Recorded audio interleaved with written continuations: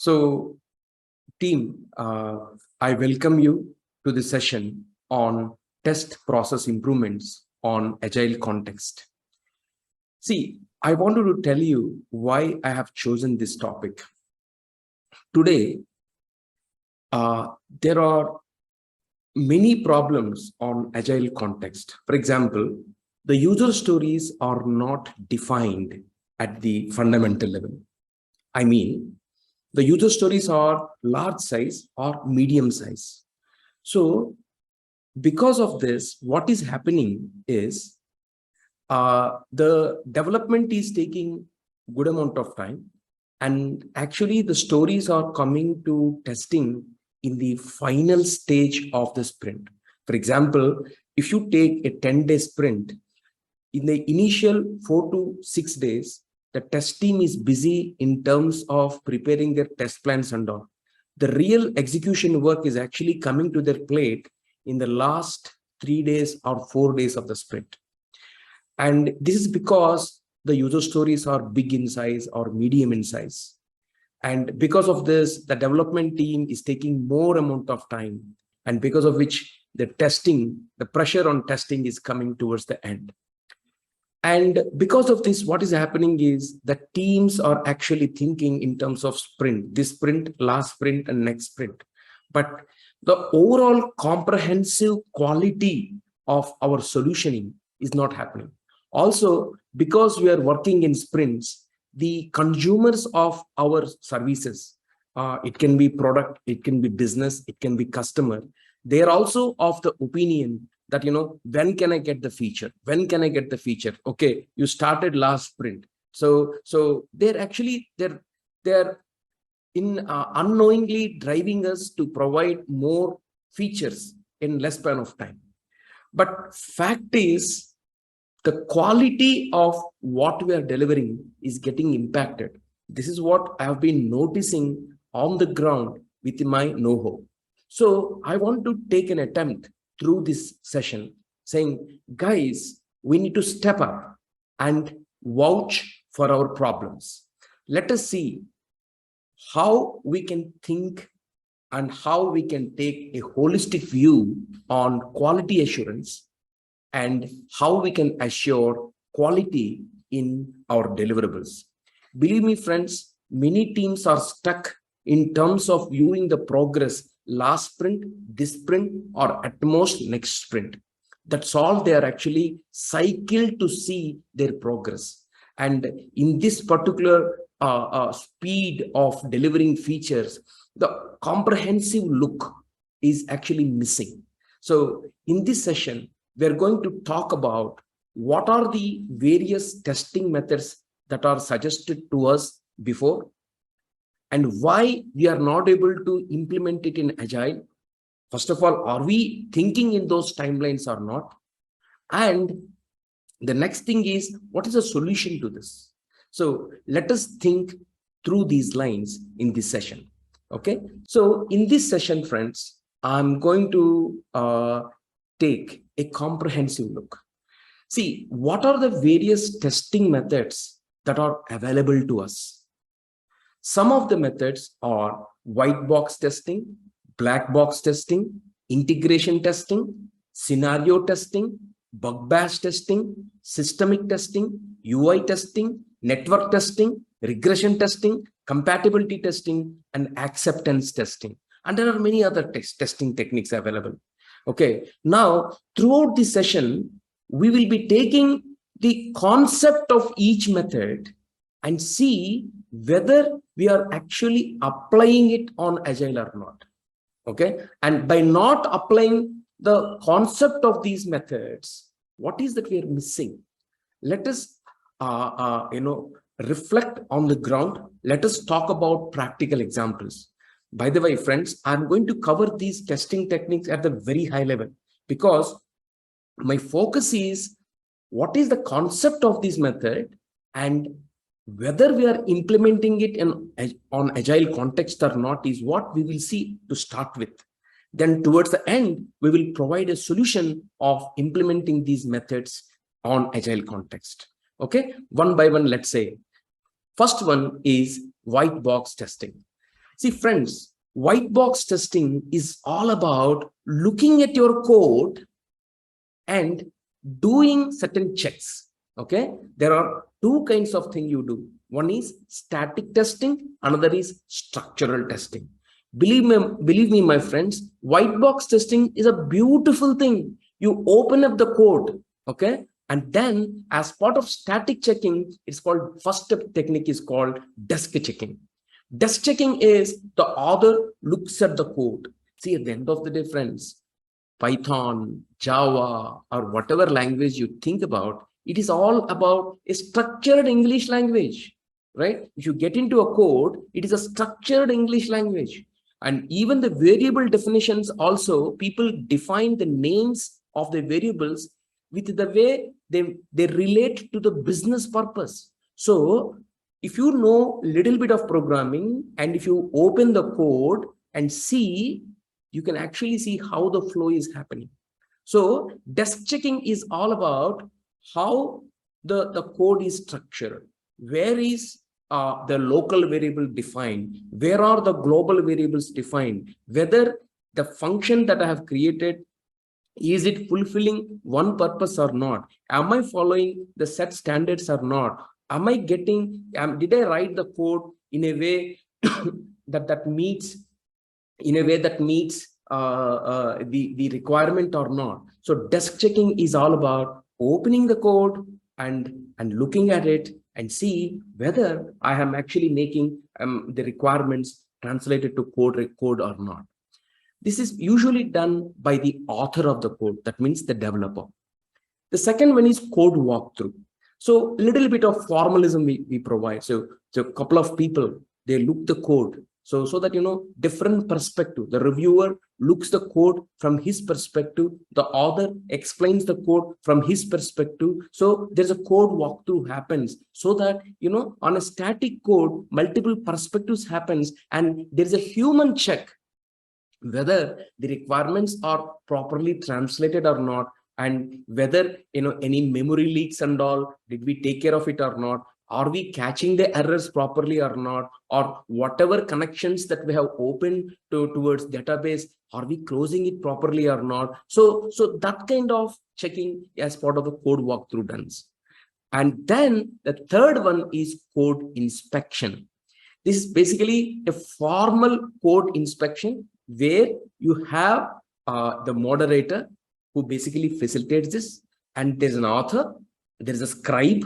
So author is the developer, scribe is the person who notes down, and there are multiple inspectors will be there. So they will be looking at the code and they'll be telling their observations. The scribe will write the observations and he will present the observations at the end of the meeting, and the author basically goes through it and he will close it, and ultimately the reported observations are taken to closure. So during code inspection, whatever the inspectors, that means the reviewers, provides the observation, there is a dialogue between the author and the inspectors, and the moderator ensures that proper communication happens, and there is and then thereby the observations are then and there are discussed, and the author agrees or tries to say, okay, let me look into it, and those observations are taken and they are taken to closure.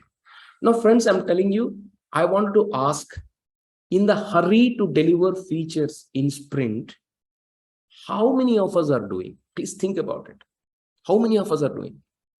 Believe me, if we have to develop a piece of code, I see a situation wherein people look for a sample code piece, written somewhere, and they bring it back, paste it, and then they try to change the variables. And in the hurry to meet the objectives, people are working like this in many number of places.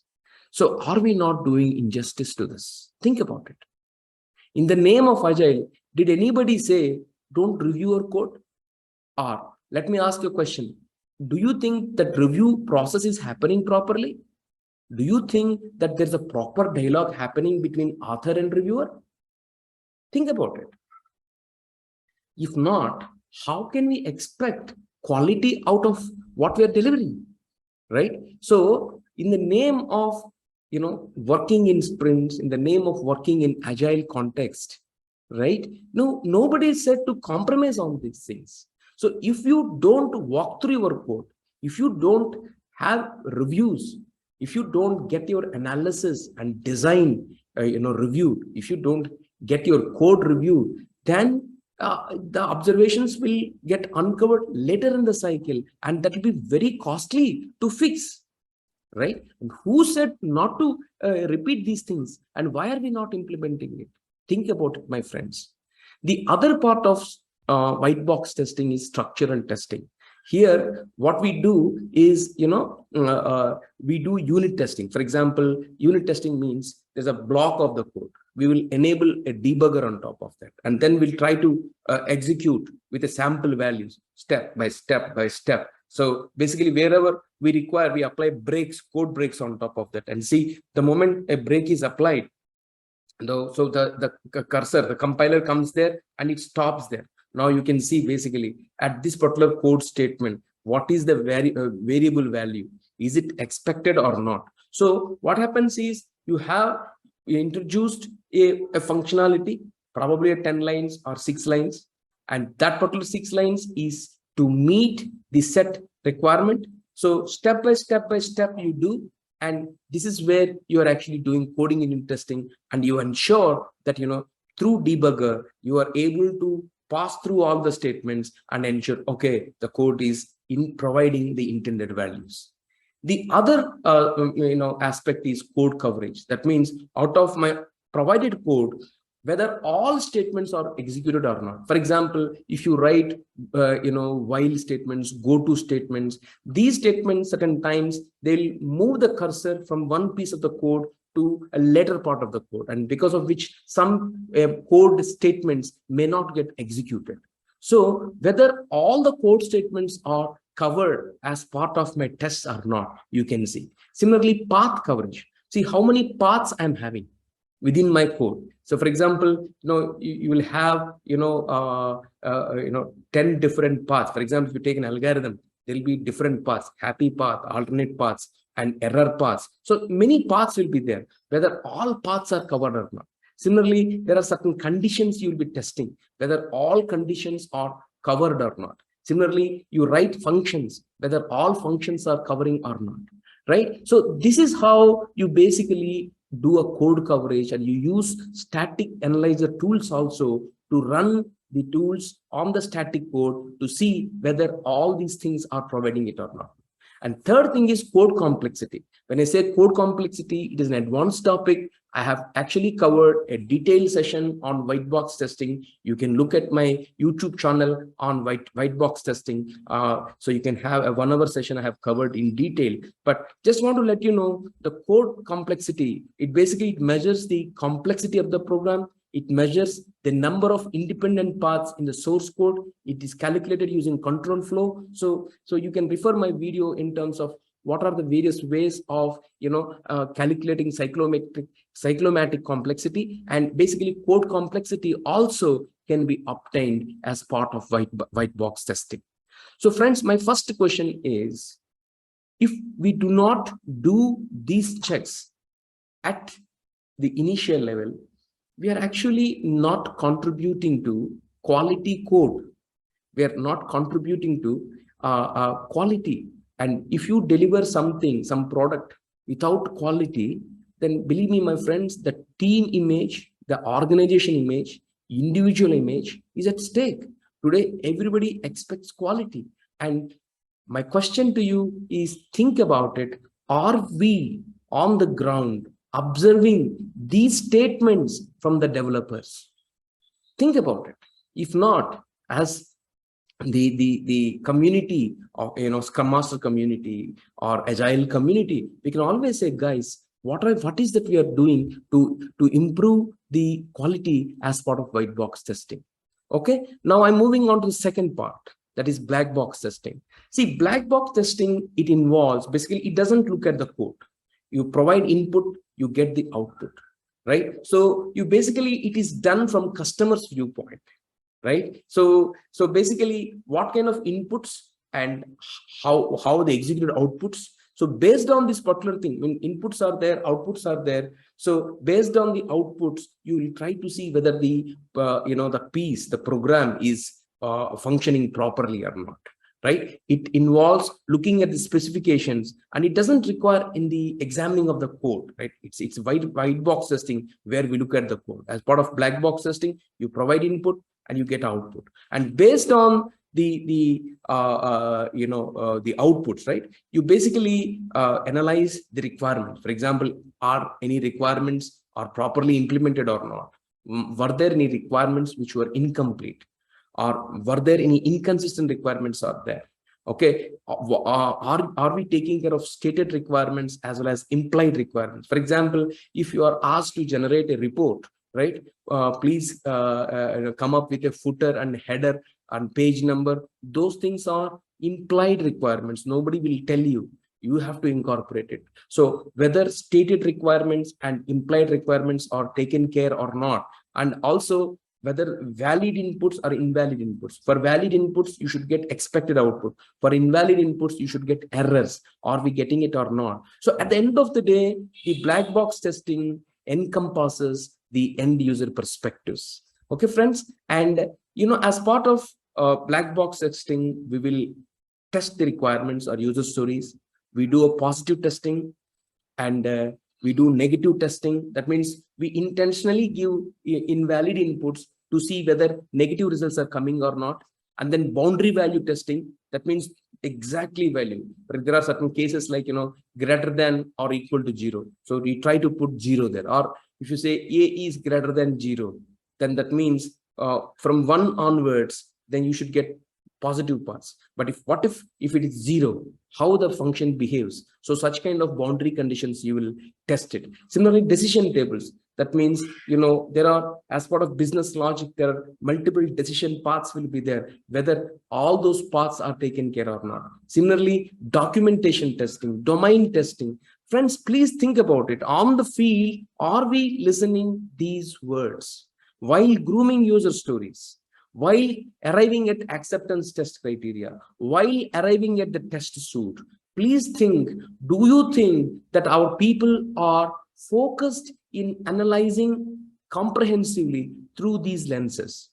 Most probably, I believe people are getting the developed code towards late in the game. They have to test it, they stuff it. Okay, so it is tested, and in a hurry to deliver features. And what is happening to quality? We are not providing importance to quality. We are giving importance to more features, more productivity. See, what is the use of giving more productivity without any quality? Right? Please understand, friends. So these are the words. This is an opportunity for us as an Agile community to vibrate them, saying that, guys, we need to get quality features. For us, it is a science. We have to go in this approach. And then third one, I want to ask you about integration testing.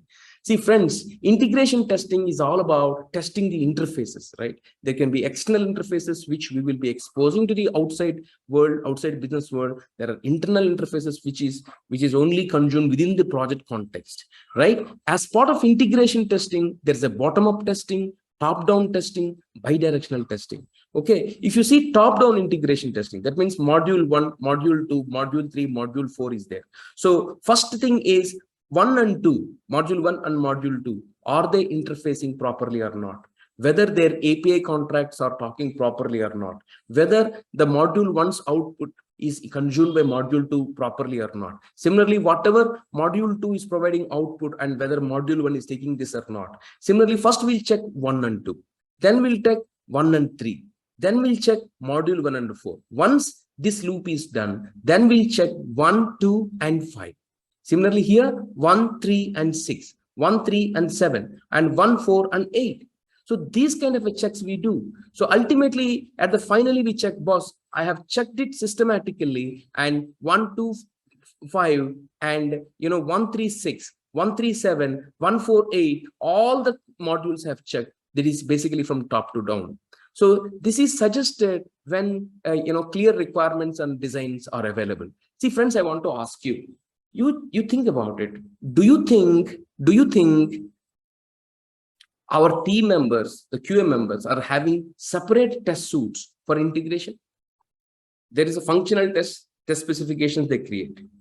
Do you think that they are coming up with integration test suites by following a structured approach? I'm leaving it up to you. If they are thinking, if they're doing, you're fortunate, good, continue it. If not, it is time to inform them that, guys, the integration testing has a purpose, okay? And there is another approach called bottom-up approach. That means when requirements are dynamically changing, right? So top modules are changing, bottom modules are pretty much clear. Then how do you approach?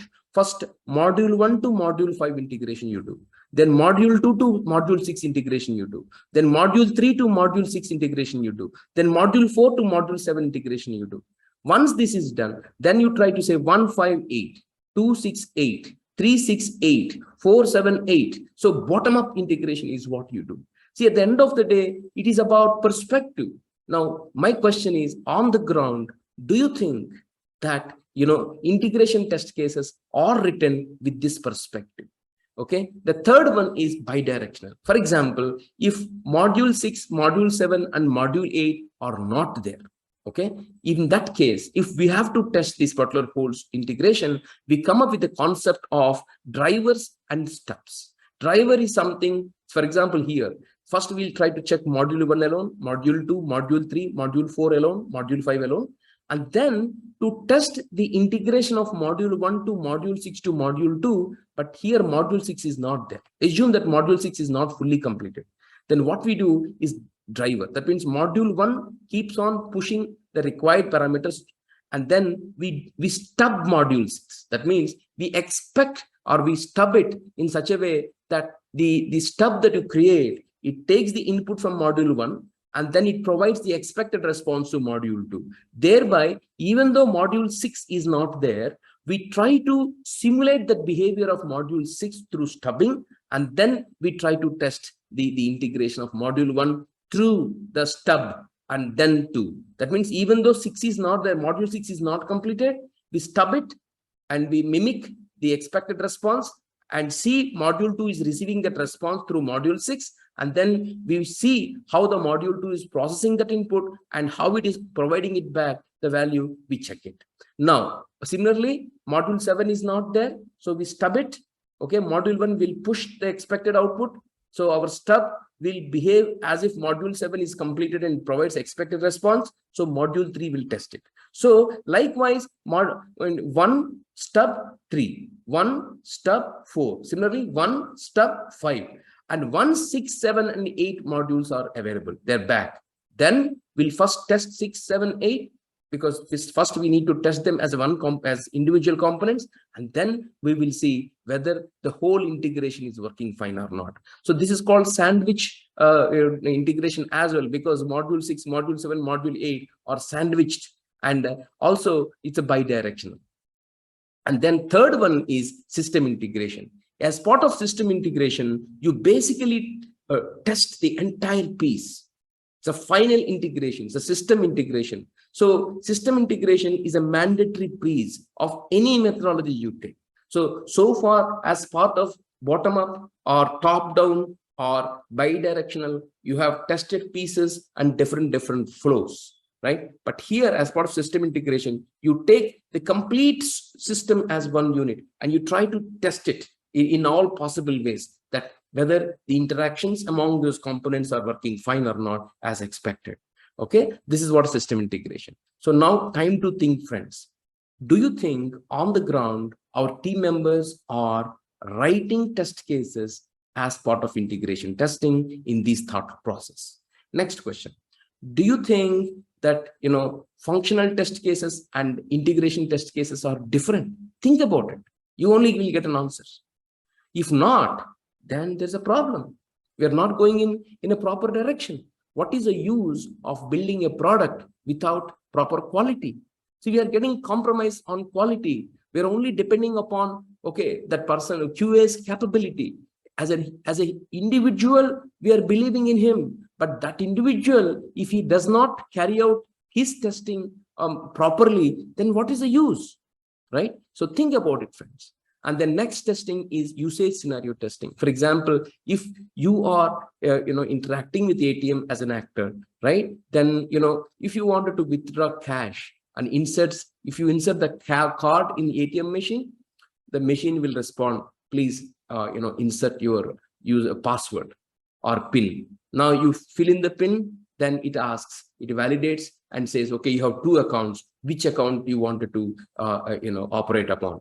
And then you say, you select an account, then you say, enter the amount, how much you want to withdraw.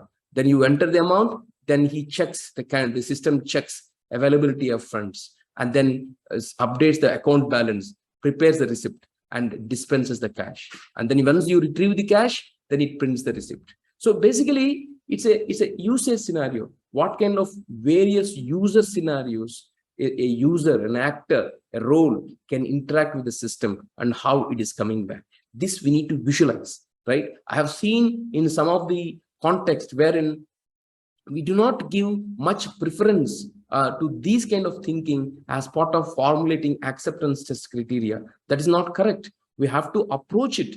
We have to approach comprehensively. If in the process, if we have to divide user stories, we have to divide. If in the process, we have to come up with all acceptance criteria, we have to come up with all acceptance criteria. Okay, friends. Then next one is non-functional requirements, systemic testing, right? One is performance or load.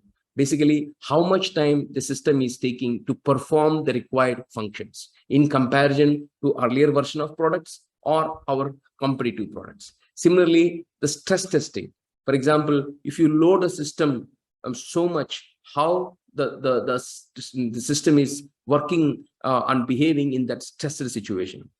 What's happening to disk space? What's happening to memory? What's happening to processor utilization? So is this that system is breaking down at the load that you have increased? So this is important because tomorrow, once you make your product online at certain events, many people try to access at the same time, and if it causes disruption to their services, it's not good. So you have to do the testing.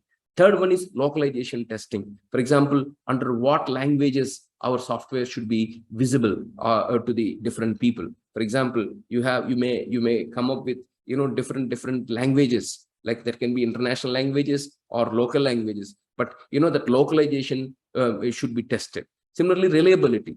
That means is it that system is giving the same result consistently. Third thing is interoperability.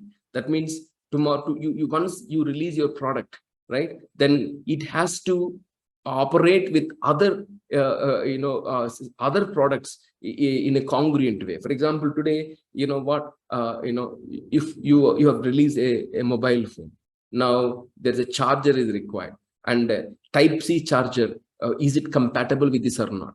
So it may not. If you are purchasing a Samsung phone, it may not be that only Samsung charger is required. It may show that any type C charger can charge your phone. So likewise, your product phone should be interoperable with the type C charger. So likewise, interoperability testing. So these non-functional aspects we have to test. Now question is, are we testing these things? That's my question. Are we providing time on the ground? Think about it. Okay. The next one is network testing. Friends, today, network testing is gaining importance, right? We have 2G, 3G, 4G. We are working on Wi-Fi's. We have low network. We can lower the network speed to airplane mode. So how the things are working, how our application behaves under different network modes. Okay, in addition to the device level validation, such as energy consumption tests, etc. So that means your mobile devices should not be so hot. For example, I'm telling you, I was having my OnePlus phone, and I was driving on a highway, and after going to 30 kilometers or so using Google Maps, and at the same time I also put a YouTube music. So the phone was becoming very hot, and I thought the heat is coming from outside through the mirror, but then it so happened that even there is a crack at the back, right? So the energy, the heat, it should not break the peace, right? And the next one is UI testing. So I don't need to tell you more on it. So basically, we need to test all aspects of the user will come in contact with. Okay, that means all visual elements we have to verify in according to the requirements, right? In terms of functionality, performance, look, usability, accessibility, we have to test it. Similarly, regression testing. Okay, there are two kinds of regression testing. One is regular regression. That means you basically carry it out in between the cycles, test cycles, so that all the fixed defects and the functionality that is working before, is it working properly or not? That means whatever has been working, is it working or not? And whatever the fixes that we have applied, are they working or not? So that the regression is taken care. Similarly, final regression testing is whenever you are actually giving the product to the customer, right? Then you wanted to make a final regression testing. So for that, we have a concept called cook time. That means we wanted to test it for about 2 weeks consistently, so that during those 2 weeks, so any memory leaks comes or any other hidden issues comes, all those things are unearthed. My question is, are we providing time? Are we providing time to our product for regular regression testing and final regression testing? Even if we are providing, are people taking seriously? Or is it that along with regression, you're also taking UAT, user acceptance testing, in parallel? And in the process, your team members are busy addressing the UAT issues, but regression at high level, you're taking care. Then whom are we doing injustice? We are doing injustice to our product. Okay. And then compatibility testing. For example, when you are taking care of mobile applications, are we covering different OS versions? And with respect to phones, tablet, and smartwatches. Similarly, if you are thinking about web applications, are we covering different browsers with different versions, responsiveness, and resolution aspect? So are we doing it or not? Okay. And then bug bash. That means we call everybody in the company and say, guys, there are no limits for you. You go and test it. And if you find a mistake or defects, please log it. So this is called bug bash, and it is more suitable for application development. So we identify certain days and say it's a bug bash, and everybody will come and test it. And they do ad hoc testing. They don't test as per test cases. They test it as the way they want it. And they want to make sure that they crack the system. And we will award people if they find some defects, right? So such kind of ad hoc testing they do on a selected days for selected duration. Okay. And then acceptance testing. When I say acceptance testing, we all think about product acceptance testing. No, friends, there are three acceptance. One is product acceptance. Second is procedural acceptance. Third one is SLA acceptance. Okay. So product acceptance is a user story is there. It has got 3 acceptance criteria: AC1, AC2, and AC3. And each acceptance criteria is mapped to different test cases. So if people want to test the acceptance criteria 1, that means if test case 1, test case 2, test case 3 is passed, that means acceptance criteria 1 is taken care. My friends, I want to ask you, do you have this traceability matrix, like user story to acceptance criteria to list of test cases? Do you have it? If not, where are we giving importance to quality? Okay. The second one is procedural acceptance. That means, for example, certain procedures need to be respected. For example, release notes need to be provided. Certain documentation need to be provided, and the delivered software, under which media you're going to deliver. Are you going to share it on a DVD, or are you going to share it on a web, or how are you handing over the software back to the consumers or business? Right. Similarly, is it that user documentation, administration documentation, frequently asked questions, troubleshooting documentations, it should be part of the release. Now, if you don't know all those things at the beginning, and if people ask you at the final stages, it creates uncomfortness to your team. So team says, I'm not aware of it. If had I been aware of this, I would have planned my releases properly. Similarly, along with the binary code, the source code of the product and build scripts are also required, and they need to be delivered in a shared location. And then there may be also a requirement stating that at least 20 employees should be trained on the product usage prior to deployment. So all these things will come to know at the final stage, and it creates a lot of friction to us. Now, these procedural acceptance, we should know, right? And these acceptance, we need to verify and test it.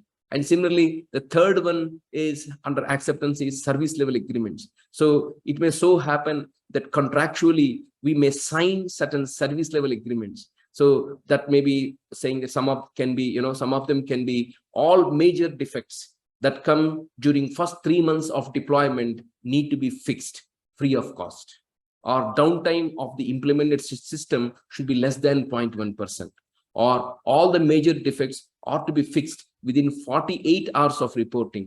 See, the idea of SLA acceptance is whether allocated resources are there or not.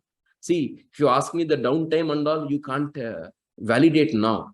But do you allocate sufficient resources to ensure that you meet these SLAs after go live, right? They wanted to verify your readiness. So that is what they verify as part of these acceptances. So when I say acceptance testing, so far we may be thinking it's only product acceptance. No, procedurally, SLA wise, where are we? Are we preparing it or not?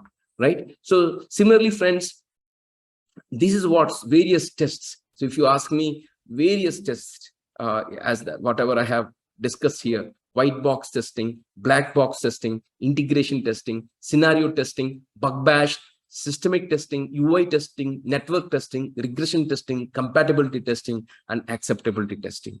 So friends, so far what I'm telling is, are we implementing it? Now, if we are not implementing it for whatever may be the reason, how we can assure quality?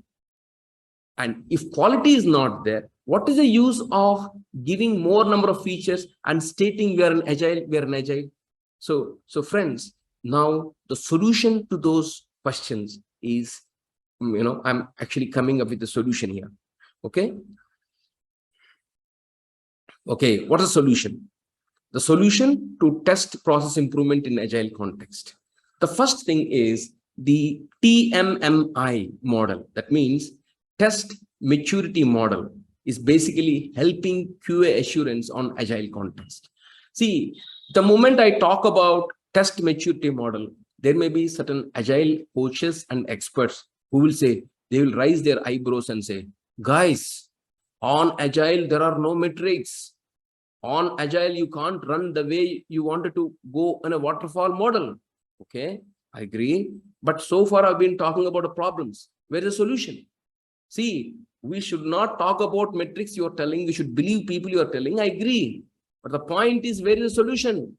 When people are taking shortcuts, when people are not testing it properly, when user stories are not defined at smallest possible level, when user stories are defined at the large or medium level, when developers are taking 70% of a sprint time and they're giving the test features to the end testers and the final stage, where is the solution to that? So friends, I'm telling you today, on the ground, in the industry, quality is suffering. I'm repeating, quality is suffering. Now, without quality, if we deliver features, it is not going to fulfill the purpose, right? So quality, with quality only people are, it's nowadays quality is minimum expected. If we are compromising on the quality, means, just because we are saying we are following agile, it doesn't merit. So that is the reason today we all need to think about it, how we can integrate the proven practices in a better way. Okay, the first thing is test maturity model says initial, there are no formal processes. Second is managed. That means test policy and strategy is given. That means what is the test policy of an organization and what is the strategy? That means how do you convert the test policy into action? What kind of tests you wanted to conduct to achieve that? And then test planning. We are going to discuss about what we are going to cover in test planning in a short while. And test monitoring and control, test design execution, test environments. If you are doing this, you are at level 2. Third one is test organization. That means you work locally at the teams level, but you also have certain influence in the organization. The organization as a test organization, you basically try to approach the problem, or so that you are given with enough resources, and the subject matter experts. If you are stuck in some automation, you can go back, you can look up to support. So as an organization, you can actually approach the mission of meeting the test policy, test plan, and test strategy. Similarly, what are the training program? How do you train your people? What are the test life cycle you follow? And how do you test non-function requirements? And how are we ensuring that your test cases are reviewed by the peers as well as the product? Similarly, test measurement, software quality evaluation, and advanced peer reviews. These are a measured status. And then finally, keep on optimizing it. So friends, I wanted to tell you, first is initial, second is managed, third is defined, fourth is measured, fifth one is optimization. So this thought process is basically takes you step by step. It ensures that where as a test maturity organization you're operating. Are you operating at level 1, level 2, level 3, level 4? If you're operating at level 3, let's say, how can I go to level 4? What are the steps I'm taking? This as an organization you take, and you'll take a conscious effort to this. The second one is metrics. See, I'm not telling any specific metrics that we have to adopt, but what all I'm saying is, at the end of the day, the consumer of our services will be looking, to see that the product is meeting certain standards, certain objectives. So from there, you need to understand what to measure, you will identify.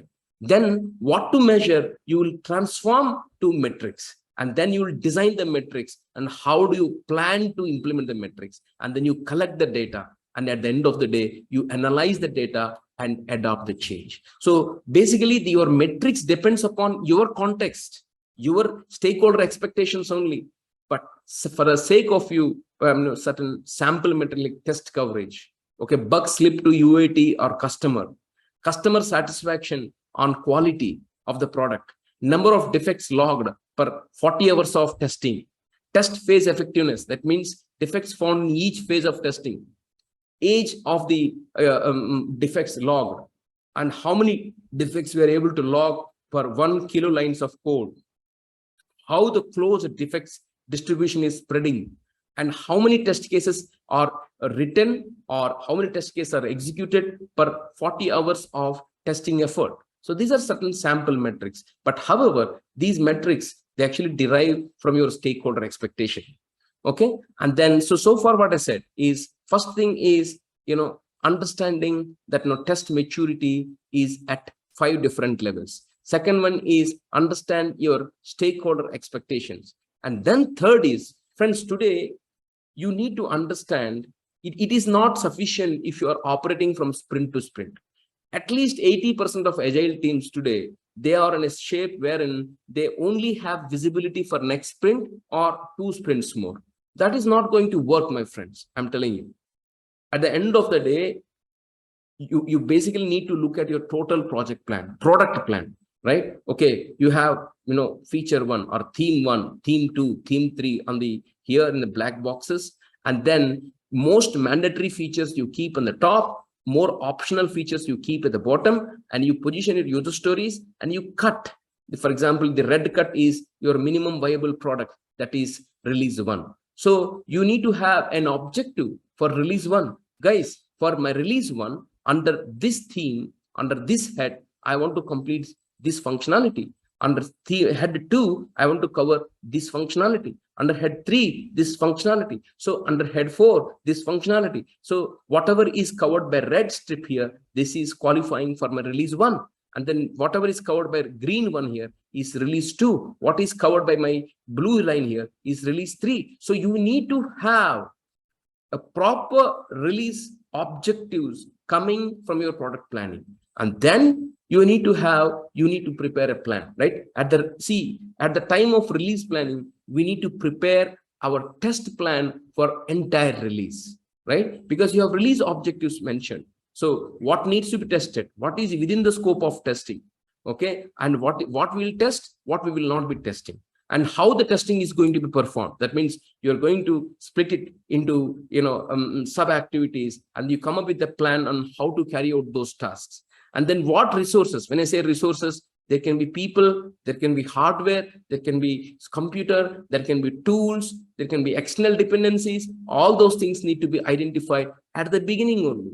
It is not that as you approach towards the end of the release, then you uncover these things and your team may not have time to purchase or procure those infrastructure. That is not going to make anything, right? And then the timelines, and then what are the risks that basically you will be you will be encountering, and how do you want to address this? And the timelines talks about when do you complete. See the timelines, for example, there, let's say 6 sprints are there in a release, right? And under what sprints you do functional testing, okay, integration testing under what sprints, non-function requirement testing under what sprints, system testing under what sprints, UAT testing under what sprints. So you need to have a plan. Otherwise, what will happen is at the release level, all your, other than your functional testing and integration testing, all other testing will get swamped towards the end of the sprints. And ideally, it will either slip or we will be compromising on the quality. Right, friends? So at the end of the day, I want to tell you, right, what we have learned. I wanted to tell you, let me stop my screen.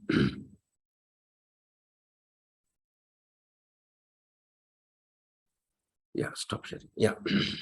So friends, what I'm conveying is quality is compromised in today's agile context is my hunch.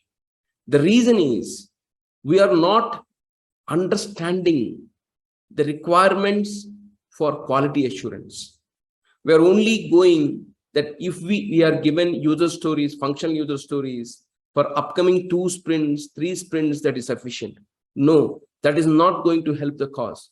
We need to get the release objectives. We need to have a test plan. As part of the test plan, this test plan should be as part of your test policy and test organization or your approach, right? Based on that approach, you have to say, okay, I'll be covering these tests. And then you also need to identify what you test, what you don't test. And you also need to make sure that, under what sprints, what tests are planned, whether the needed resources are coming or not. And you need to estimate this effort. And this is where the quality will built into the product. And friends, I'm repeating once again, quality is non-compromisable. Today, on Agile, people are only focusing on either -1 sprint or +1 sprint. It's a dangerous sign, right? We need to have proper release planning. Release objective should be there. At least for next release, we should know the objectives. We should come up with the quality assurance tests and the plan associated with this. We should allocate time, material, resources towards this. And this is where you can assure quality. Friends, quality won't come just like this. Just because you're telling I'm agile doesn't mean that you're getting a silver bullet. No, it has to be planned. It has to be built in. It has to be worked upon. This is where quality assurance can be achieved. And I may look like I'm harping on this point, friends. I'm courageously telling quality assurance should not be or cannot be compromised in agile projects. And today, in the name of just sprints, right? Because people are lacking the vision for the release level, and people are not even getting a visibility of what other teams who are working on the product also, they don't know. That kind of integration is also not happening. So in a sense, they are traveling in their own silos, and because of which quality is going to get suffered. And today you are not seeing major problems because there are 1 or 2 people who can test efficiently on the ground. Because of this, you are not able to see the impact of it. The moment your people can save you, but to a certain extent. But if you don't come up with a process of expanding that subject matter expertise, then soon you will be doomed. Okay. So with this, I thank your time and energy in attending this session. And I hope it has added value to you. And I look forward to add more value adding sessions. And thank you.